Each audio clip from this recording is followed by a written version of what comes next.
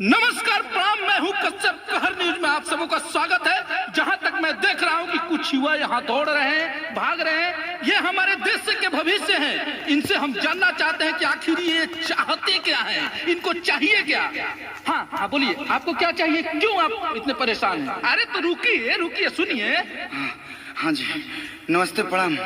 हाँ, सुनिए सुनिए। नीतीश चाचा नौकरी के भर्ती निकाली जी।